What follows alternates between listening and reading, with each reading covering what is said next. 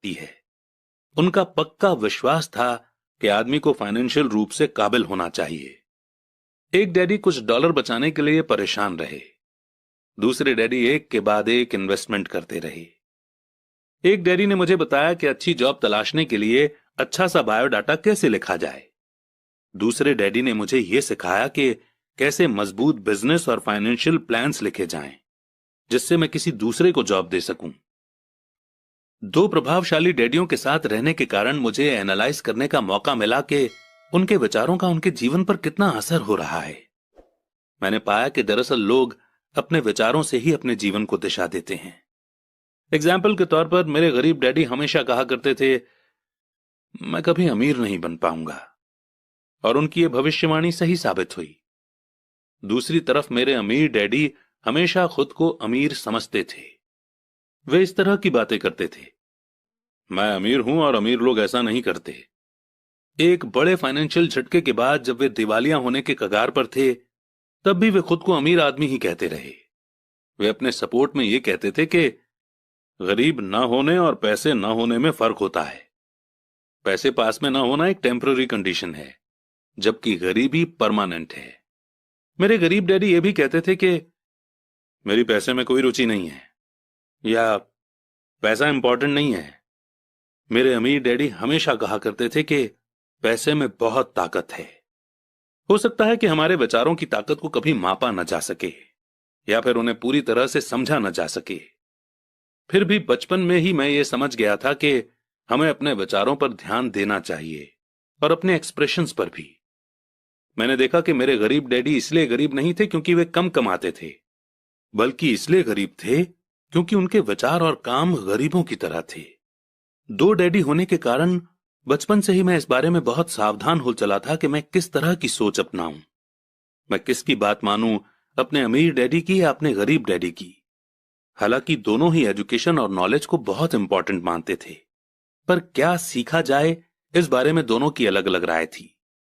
एक चाहते थे कि मैं पढ़ाई में कड़ी मेहनत करूं, डिग्री लूं और पैसे कमाने के लिए अच्छी सी जॉब ढूंढ लूं। वे चाहते थे कि मैं एक प्रोफेशनल ऑफिसर, वकील या अकाउंटेंट बन जाऊं, या एमबीए कर लूं। दूसरे डैडी मुझे एनकरेज करते थे कि मैं अमीर बनने का राज सीख लूं, ये समझ लूं कि पैसा किस तरह काम करता है, और ये जान लूं कि इससे अपने लिए कैसे काम लिया जाता है।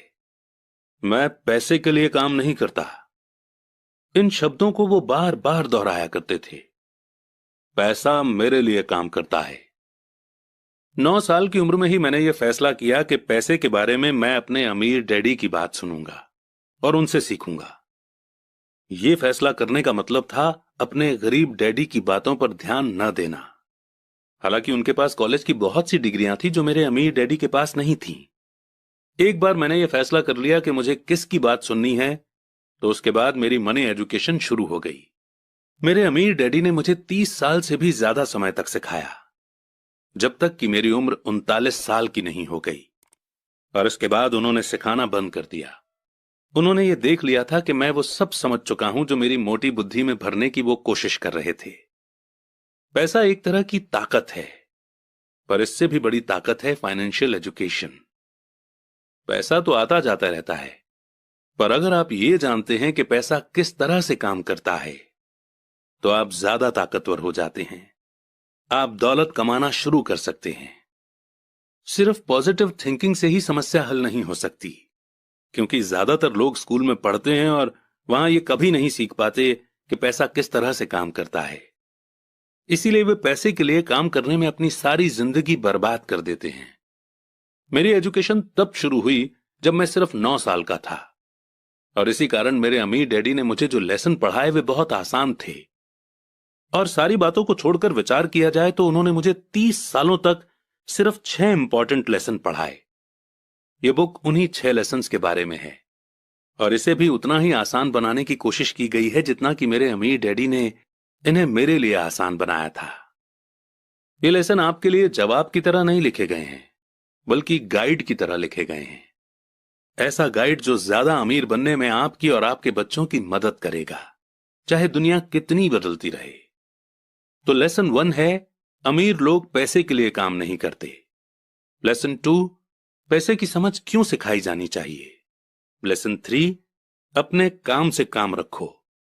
लेसन 4, टैक्स का इतिहास और कॉरपोरेशंस की ताकत। लेसन 5,